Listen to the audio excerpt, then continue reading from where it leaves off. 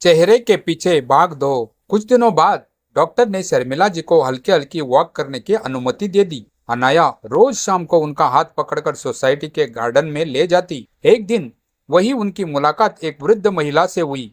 महिला व्हीलचेयर पर बैठी थी।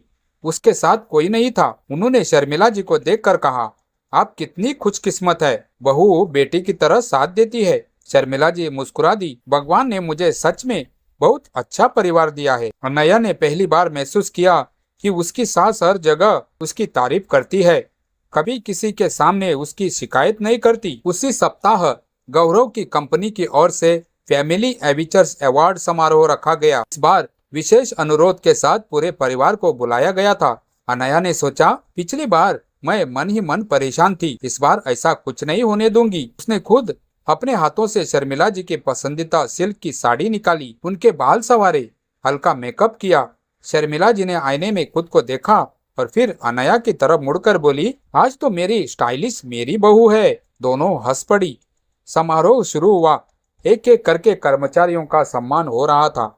अचानक मंच से एंकर की आवाज आई, अब हम एक ऐसे परिवार को मंच पर बुलाना चाहते हैं जिसने हमें यह सिखाया कि सफलता सिर्फ करियर से नहीं बल्कि परिवार के संस्कारों से भी बनती है। गौरव, अनाया और शर्मिला जी मंच पर पहुंच गए।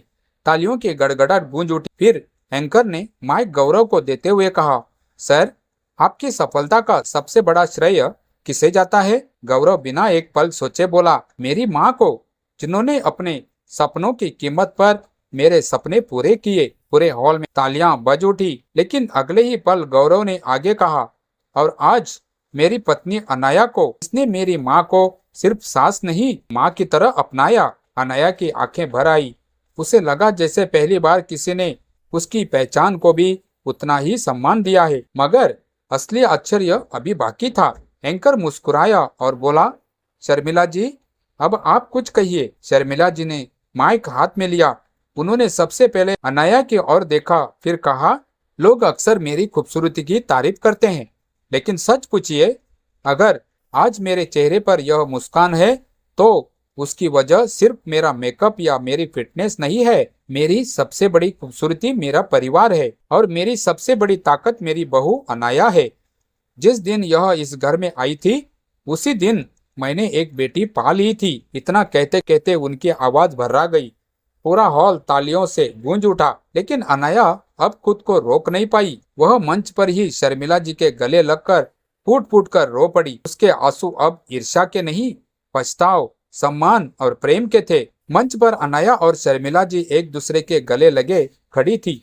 पूरे हॉल में तालियों की गड़गड़ाहट गूंज रही थी। वहां मौजूद कई लोगों की आंखें भी नम हो चुकी थी। गौरव की आंखों में गर्व साफ झलक रहा था। उसने कभी नहीं सोचा था कि उसकी माँ और पत्नी के बीच का रिश्ता इस मुकाम तक पहुंचेगा। समारोह के बाद कई लोग शर्मिला जी के पास आए।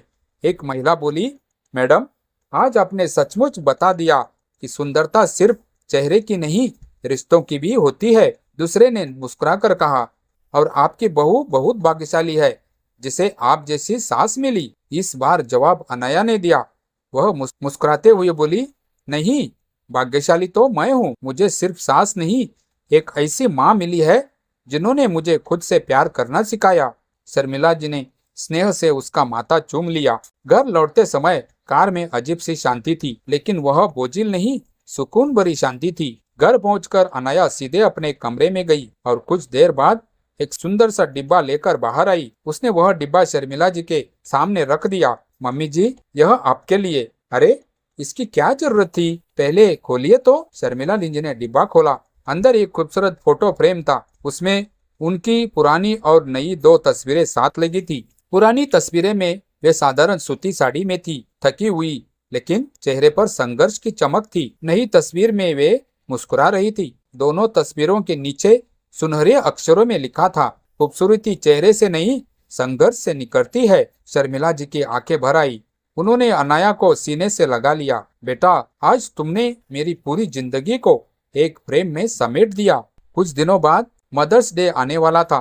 गौरव ने कहा, इस बार बाहर डिनर चलते हैं। लेकिन अनाया के मन में कुछ और ही चल रहा था। उसने चुपचाप सोसाइटी के कम्युनिटी हॉल की बुकिंग कर ली। मदर्स डे की शाम जब शर्मिला जी वहां पहुंची तो पूरा हॉल फूलों से सजा हुआ था। परिवार, रिश्तेदार, पड़ोसी और उनकी सहेलियां सब मौजूद थे। स्टेज पर एक बड़ा सा बोर्ड लगा था, हमारी प्रेरणा शर्मिला जी। शर्मिला जी हैरान रह गई। यह सब? तभी अनया मंच पर पहुंची। उसने माइक हाथ में लिया। आज तक मैंने लोगों को मम्मी जी की खूबसूरती की तारीफ करते सुना था, लेकिन बहुत कम लोग जानते हैं कि इस मुस्कान के पीछे कितनी रातों की नींद, कितने अधूरे सपने और कितने त्याग छिपे हैं। मैंने भी एक समय इन्हें सिर्फ इनके चेहरे से पहचाना था। मुझे लगा था कि लोग मेरी नहीं, सिर्फ इनकी तारीफ करते हैं। मैं इनसे मन ही मन जलने लगी थी। लेकिन जब मुझे इनके संघर्ष का पता चला, तब समझ आया कि चमक चेहरे पर नहीं आती, वह वर्षों की तपस्या से आती है।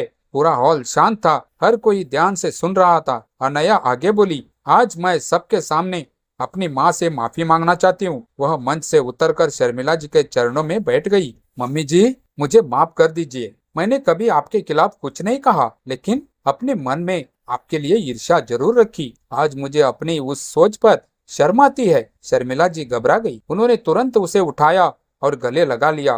पगली, जिस दिन बहू बेटी बन जाती है, उस दिन माफी की जरूरत नहीं रहती। दोनों की आंखों से आंसू बह रहे थे। पूरा हॉल तालियों से गूंज उठा। समय बीतता गया। अब घर का माहौल पहले से भी अधिक खुशहाल था। शर्मिला जी और अनया हर रविवार साथ योग करती, कभी साथ खरीदारी करने जाती, कभी एक दूसरे के लिए साड़ियाँ चुनती। लोग जब भी उन्हें साथ देखते, अक्सर पूछ बैठते, आप दोनों माँ बेटी है? इस बार जवाब शर्मिला जी नहीं देती थी। अनया मुस्कुरा कर कहती, हाँ, रिश्ता बहू सास का है, लेकिन दिल से हम माँ बेटी है।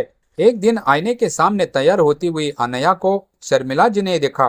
वह हल्की सी लिपस्टिक लगा रही थी और मुस्कुरा रही थी। शर्मिला जी ने छेड़ते हुए कहा, लगता है मेरी ब्यूटी टिप्स काम आने लगी। अनया हंस पड़ी। नहीं मम्मी जी, आपकी सबसे बड़ी टिप तो यह थी कि दूसरों से नहीं, खुद से प्यार करना सीखो।